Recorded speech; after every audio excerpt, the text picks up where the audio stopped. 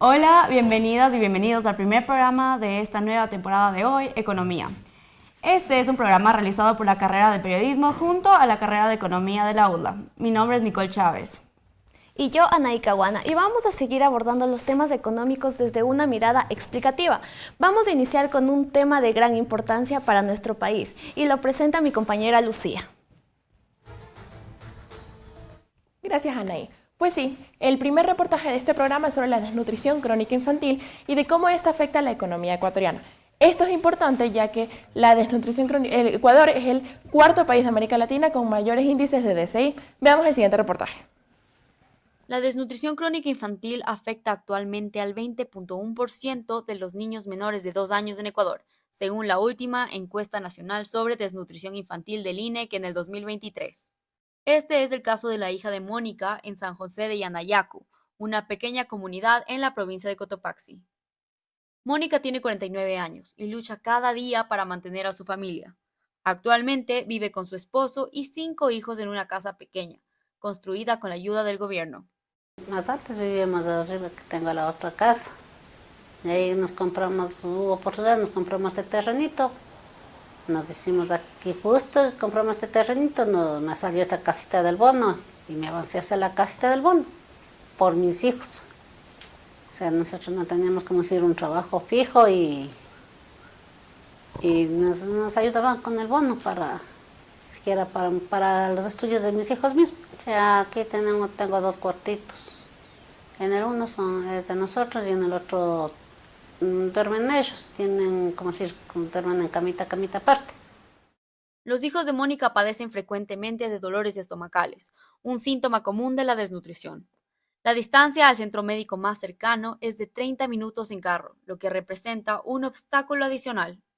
Para Mónica, alquilar una camioneta para llevar a sus hijos al médico es un gasto significativo para sus limitados recursos. Según María José Pinto, secretaria de la Secretaría Técnica Ecuador Crece Sin Desnutrición Infantil, explica que desde la institución se han invertido $352 millones para erradicar la desnutrición. Además, ha presentado el proyecto de comunicación a las fundaciones y organizaciones para que lo realicen en conjunto con las empresas privadas y las instituciones públicas. Para motivar la inversión se han propuesto incentivos para el sector privado. El Estado pone la estrategia porque todos tenemos que remar hacia el mismo lado y el Estado es quien debe poner esa estrategia y hacia dónde tiene que ir el país. Las fundaciones o los organismos internacionales son los que ejecutan estos proyectos, son los que presentan los proyectos a la secretaría avala o no el proyecto de acuerdo si es que está conectado o no con la estrategia, y la empresa privada fondea a las fundaciones. La experta añade que 1 de cada 5 trabajadores tuvo desnutrición crónica infantil, y esto afecta su desempeño. El economista Po Chun Lee explica la incidencia de la desnutrición en nuestra economía. Creeríamos que todo, ¿no? Hay que pensar a futuro. Estamos diciendo que el crecimiento, desarrollo, hasta mental de nuestra población es afectada y por eso hay que curarlo, ¿no? Es como si usted falta un día de clases o unas semanas de clases, usted nunca logra aprender lo que necesita en la vida, ¿no? La desnutrición crónica infantil hace evidentes grandes problemas sociales que existen en nuestro país, como la pobreza extrema, la falta de acceso a servicios básicos y la reducida educación de las madres de los sectores con mayor prevalencia de DSI. Según la Secretaría Técnica, esta problemática le cuesta al Estado $3.000 millones anuales. El expresidente de la República, Lenín Moreno, en el 2020 aprobó la implementación de la estrategia Ecuador Crece Sin Desnutrición como una estrategia de gobierno. Luego, en medio de la pandemia, Guillermo Lasso adoptó este plan gubernamental, transformando la Secretaría Técnica del Plan Toda una Vida en la Secretaría Técnica Ecuador Crece Sin Desnutrición Infantil, que incluso mantiene el actual gobierno. Para analizar la evolución de estas políticas, damos la bienvenida a nuestro experto economista, Mateo Mena, a quien planteamos las siguientes inquietudes para abordar el tema. Hola Mateo Mena, ¿cómo estás? ¿Qué tal? Muchas gracias por la invitación. ¿Cuáles crees tú que han sido los factores que han incidido en la disminución de la desnutrición infantil en la pospandemia? Bueno, yo creo que es un problema que tiene muchos factores, muchas causas y la reducción también viene de varios lados. Yo creo que hay como argumentar acerca de cómo cambió la relación de la gente con el trabajo después de la pandemia, pero definitivamente tiene que ver con lo que hizo el Estado, ¿no es cierto? Con lo que hizo el gobierno, que es aumentar básicamente un montón el gasto en reducir la desnutrición. Como ya habían dicho igual antes, el Ecuador tiene una tasa de desnutrición infantil crónica sumamente alta, incluso para el continente. Antes de estos últimos datos éramos el país sudamericano con mayor tasa de desnutrición infantil crónica, con el 23% más o menos de los niños menores de 2 años sufriéndolo. Y ahora eso se ha reducido en 3 puntos porcentuales. Yo creo que sí hay como darle crédito al gasto gubernamental en esta problemática. Se han dado un montón de bonos, se ha invertido en infraestructura, se han contratado más personal médico en las provincias más afectadas.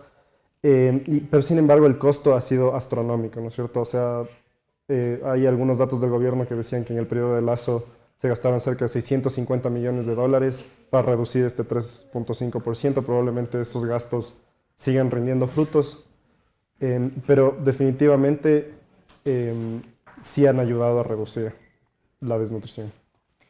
Gracias por tu respuesta, Mateo. Y desde la Secretaría Técnica de Ecuador sin desnutrición infantil, te queremos plantear la siguiente pregunta. ¿Consideras tú que el incentivo que se ha establecido al sector privado podría aumentar su participación para erradicar la desnutrición infantil? Según tu punto de vista, estos incentivos demuestran que el gobierno no alcanza con sus acciones y necesita apoyo adicional del sector privado. Bueno, en mi punto de vista siempre debería haber involucramiento del sector privado en este tipo de cosas, y como ya había dicho, los gastos en reducir la desnutrición crónica infantil han sido altísimos, y definitivamente necesitamos que el sector privado colabore. Lo que se ha hecho ahora es básicamente un incentivo fiscal. Entonces las empresas, esto va a ser usado más que nada por grandes empresas que aporten contra la desnutrición crónica infantil, se les va a reducir el impuesto a la renta. Básicamente ese es el último plan del gobierno de Noboa, aparte de seguir aumentando el gasto en reducir la desnutrición crónica infantil. Yo no creo que esto sea que el gobierno no se da abasto, a pesar de que obviamente los recursos del gobierno son limitados. Me parece una buena iniciativa, sin embargo no creo que todavía sea suficiente para realmente reducir drásticamente la desnutrición crónica. Yo creo que eso va a venir con mucho más crecimiento económico, con cosas mucho más integrales. Ahorita estamos tratando los síntomas más o menos. Bueno, Mateo, muchas gracias por acompañarnos en esta discusión tan importante, que es una problemática que afecta a nuestro país. Vamos a un corte comercial. Gracias.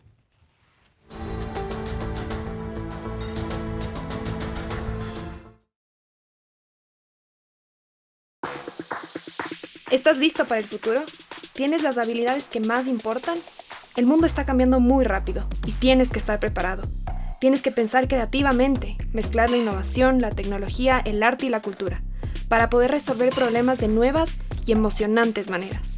Necesitas liderar, ser alguien que inspire e influencie a los demás. Necesitas inteligencia emocional, la habilidad de entender y conectar con la gente. Pero eso no es todo.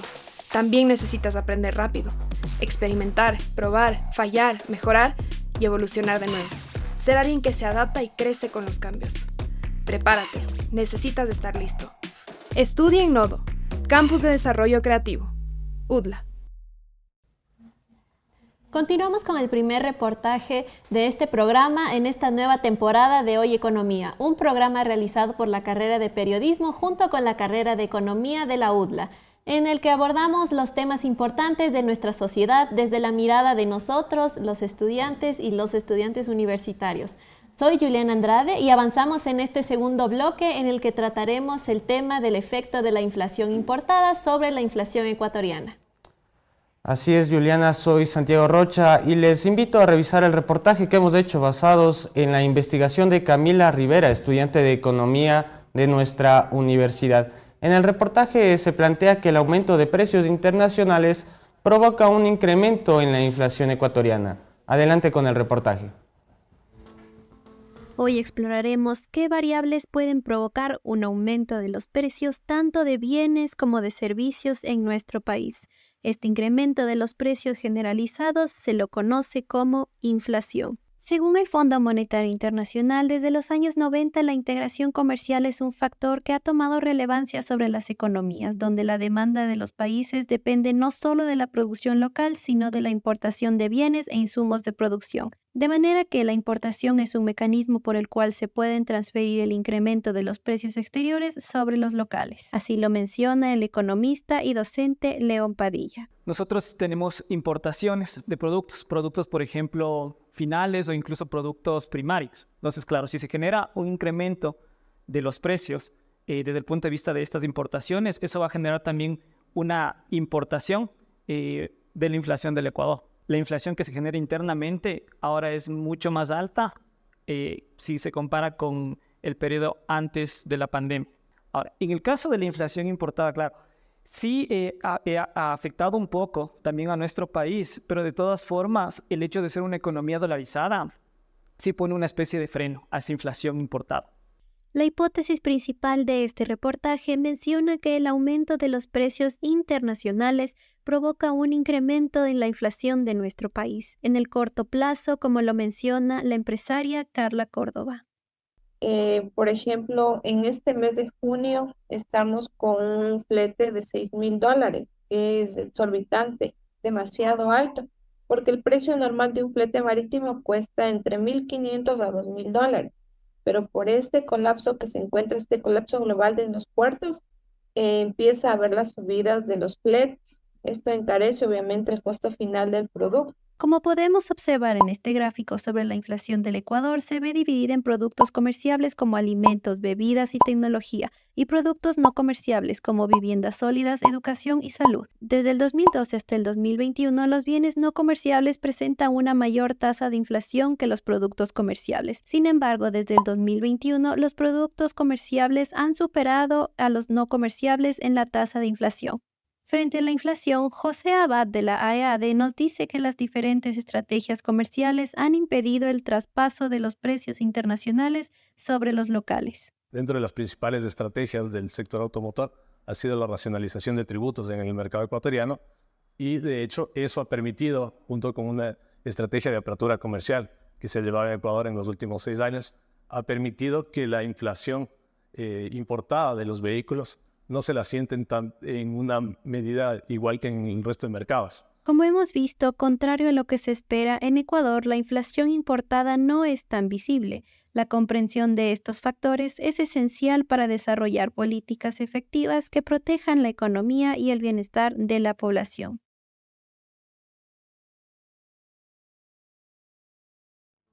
Para profundizar en el tema, recibimos a nuestra investigadora Camila Rivera, a quien realizaremos la siguiente pregunta.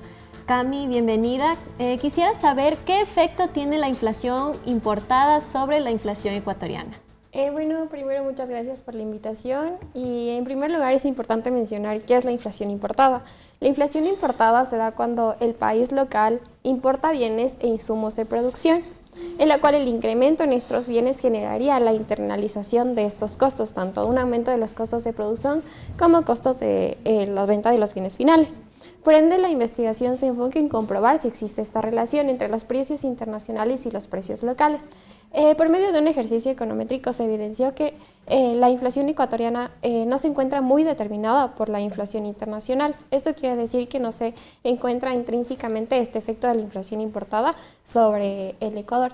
Esto principalmente se puede deber a la estructura económica ecuatoriana, la cual tiene un tipo de cambio fijo, es decir, se genera estabilidad de precios, además rigidez en los precios, y finalmente también la existencia de subsidios, como por ejemplo el de la gasolina, en donde un incremento de la gasolina, el Estado absorbe este incremento en los precios. Gracias por tu respuesta, Camila. Y la siguiente inquietud que tenemos es también, ¿qué acciones se pueden realizar para mitigar el efecto de la inflación en el país? Principalmente las estrategias para mitigar la inflación se guían en estrategias de políticas fiscales y monetarias. Es importante mencionar que en el Ecuador la política monetaria es limitada debido a que somos un país dolarizado, por ende no se puede emitir dinero o devaluar la moneda. Por otra parte, se pueden realizar políticas fiscales, como por ejemplo políticas fiscales contractivas, que es la reducción del gasto público, y además la imposición del aumento de los impuestos. Por medio de estas estrategias se reduce el consumo y por ende no hay el efecto sobre los precios. Además, también la utilización de subsidios, que sirve como una estrategia para atenuar lo que sería el incremento de los precios sobre el poder adquisitivo de las personas. Gracias a las respuestas de nuestra experta y avanzamos con este programa de Hoy Economía, un programa realizado por la carrera de Periodismo junto a la carrera de Economía de la Universidad de las Américas, en el que abordamos temas importantes desde nuestra mirada. Regresamos luego del corte.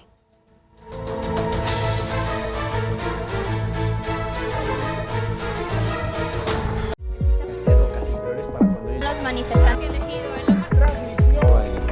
de la gran experiencia en Censa y no solamente el incendio está hecho. Nosotros fuimos afectados todo en avión. Haciendo la feria del momento oficial no Paco Moncayo con el 17%. Son las 9:15 de la noche. Que el pueblo de Quito, su condición económica, De vapor y cenizas. de la capital. Sí, siempre saben. ¿Por qué no ponemos del mi querido Sealgo? Final para el acondicionado? ¿Por qué hemos visto? Quizás esto En la refinería de Esmeralda Textil. la emergencia forestal. Estos se crían En Irán este sábado en la Champions League. Llegamos al tercer bloque del primer programa de esta nueva temporada de Hoy Economía, un programa realizado por la carrera de Periodismo junto a la carrera de Economía de la UDLA, en el que abordamos los temas importantes de nuestra sociedad desde la mirada de nosotros, las y los estudiantes universitarios. Soy Nicole Proaño y junto a mis compañeras Domenica y Leilani hemos elaborado un reportaje basado en la investigación de nuestro compañero Martín Maldonado. Así es, Nicole, y el tema que presentaremos en este bloque es cómo la ansiedad puede influir en los comportamientos sociales derivados del poder adquisitivo. De acuerdo con datos de la INEVAL, en el ciclo escolar del 2020-2021, el 54% de los niños de entre 8 y 9 años perciben ansiedad. Sin embargo, este trastorno puede deberse a muchos factores. Y según la Organización Mundial de la Salud, la ansiedad provocó a 301 millones de personas a nivel global en el año 2019. Uno de los factores clave que provoca ansiedad, especialmente en menores de edad, no solo en Ecuador, sino en todo el mundo, es la falta de poder adquisitivo. Y esto lo vamos a poder evidenciar en el siguiente reportaje.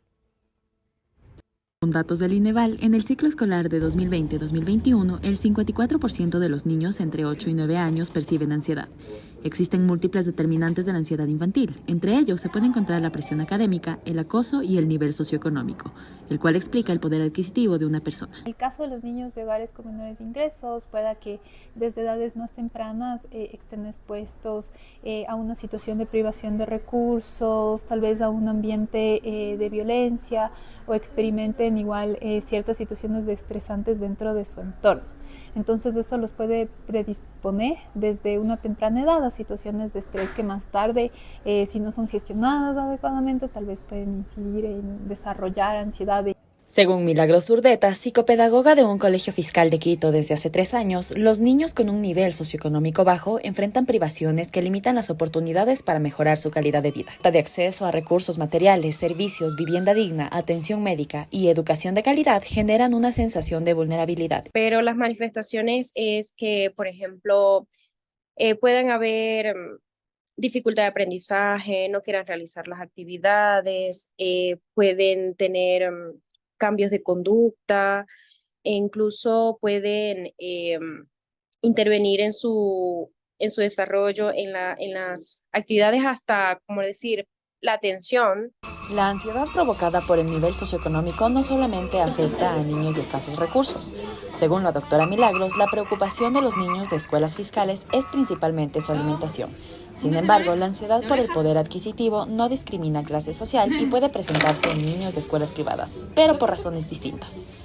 Entonces, eso te decía, la presión social, el hecho de que también tengas un estatus académico y ansiedad por el futuro. Muchos chicos que estudian en colegios privados tienen una incertidumbre por qué carrera seguir, por qué universidad seguir y también a qué universidad ir. Según un estudio del ISEC, un aumento de 1 punto en el índice socioeconómico se traduce en una disminución del 20.7% en la probabilidad de experimentar ansiedad. Existen muchas personas que, digamos, a pesar de tener un empleo, tienen un empleo inadecuado, lo cual implica, qué sé yo, menos número de horas de trabajo de las que la jornada laboral en general normalmente contempla, o un ingreso menor, por ejemplo, el salario básico. Según la recomendación de expertos, enseñar a un niño a enfrentar la ansiedad es un proceso delicado pero importante. Entre sus recomendaciones está explicar de manera simple qué es la ansiedad, identificación de sentimientos, enseñar técnicas de respiración y relajación muscular y fomentar la comunicación. Bueno, es importante que el niño o que los adultos, en este caso que están vinculados al niño, puedan ayudarle a manejar mejor sus emociones, que el niño aprenda a reconocer lo que está sintiendo. Muchas veces los niños reconocen, así como reconocer los colores básicos o las figuras básicas, reconocen emociones básicas o primarias, pero dejan un cúmulo de emociones de lado. Y muchas veces al no reconocer estas emociones se les da un contexto de las que ya se conocen y se tiende a tergiversar muchas de las conductas que tienen. Según datos recopilados del Wellcome Global Monitor 2021, América Latina es una de las regiones con mayores índices de ansiedad y depresión en la población, afectando significativamente a países como Perú y Ecuador. El nivel socioeconómico no solamente marca diferencias en la calidad de vida material, sino que también impacta profundamente en el bienestar emocional de los niños y niñas. Justamente para conocer las razones y el origen de este trastorno, recibimos a nuestro investigador Martín Maldonado, a quien le realizaremos la siguiente pregunta para conocer más al respecto. Martín, ¿qué es el factor que nos demuestra que existe una relación entre la ansiedad de un niño y el poder adquisitivo? Ya. Si bien es necesario conocer el modelo epidemiológico donde uno se aborda, donde los factores eran factores de riesgo y factores de protección, el factor del nivel socioeconómico fungirá como un factor de protección.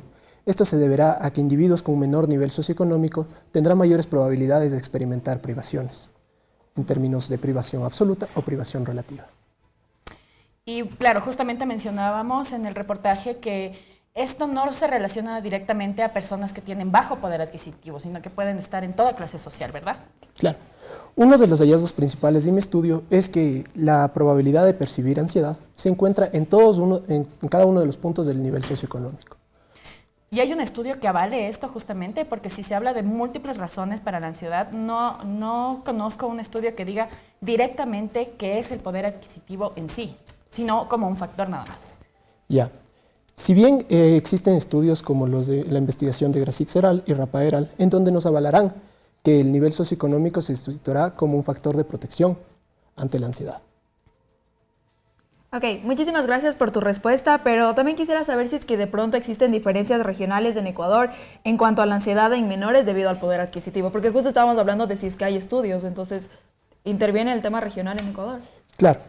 En base a mi estudio, en base a las investigaciones, nosotros realizamos una comparación en diferentes entornos, entre entornos rurales y urbanos, para conocer las diferencias entre las probabilidades de percibir ansiedad del niño. Y si existen diferencias estadísticamente significativas. De pronto me podrías dar una estadística en el que cuál es la región en la que más se da este tema de la ansiedad en el poder adquisitivo. La región que más se da en nivel adquisitivo es la de la costa, como tal. Y de pronto tienes este tema de la estadística, ¿por cuánto es mayor? Es a mayor diferencia de la sierra. Y sobre todo, ¿qué interviene en el que sea la sierra y de la costa? Porque me imagino que hay diferentes factores. Es mayor entre la sierra y de la costa por unos 2,5 puntos porcentuales. ¿Y hay algunas medidas económicas que se puede tomar para que justamente los niños no sufran de este tipo de ansiedad? Claro, se puede recomendar diferentes tipos de política pública. Una de las que nosotros recomendamos es básicamente una capacitación para los docentes con el fin de que puedan reconocer todos los determinantes de la ansiedad y poder derivar a los niños a los departamentos de DS correspondientes. Y más aún, a base de los resultados del estudio, nos vamos a enfocar en escuelas con un menor poder adquisitivo. Pero ¿por qué enfocarse en unas escuelas de menos poder adquisitivo si todos los niños tienen el mismo problema? Ya. Uno de los resultados de mi estudio es que el efecto de la pobreza priva sobre el efecto de la desigualdad. Por ende, en menores niveles socioeconómicos, la probabilidad de percibir ansiedad será más alta. Será del 55%. ¿Y qué estudio avala eso? El estudio de Grasix et al. Y el estudio de Rapa et al., en donde nosotros tenemos. Y de pronto, ¿cómo podría un enfoque intersectorial, involucrando el tema de la educación, la salud y la economía, ser más efectivo en abordar la ansiedad de menores relacionados con el poder adquisitivo, que ya tengan esta ansiedad? Claro, se puede hacer un enfoque en base a una recomendación de política pública. Esto se ha hecho en Estados Unidos, en donde se ha recomendado el ampliar el seguro de seguridad social para los niños, para que estén cubiertos y puedan dejar de percibir ese tipo de privaciones. ¿Y qué tan efectivo es que ese plan que lo utiliza Estados Unidos sea efectivo aquí en Ecuador? Ya. Muchos de esos planes tienen que ser recordados y observados de manera correcta para poder trasladarlos en la realidad ecuatoriana. Ok. Gracias a las respuestas de nuestro investigador de la carrera de Economía, ya hemos llegado al final del programa de hoy. Un programa realizado por la carrera de Periodismo junto a la carrera de Economía de la Universidad de las Américas, en el que abordamos temas importantes desde nuestra mirada. Les agradecemos sus visualizaciones y nos encontraremos en nuestro siguiente programa.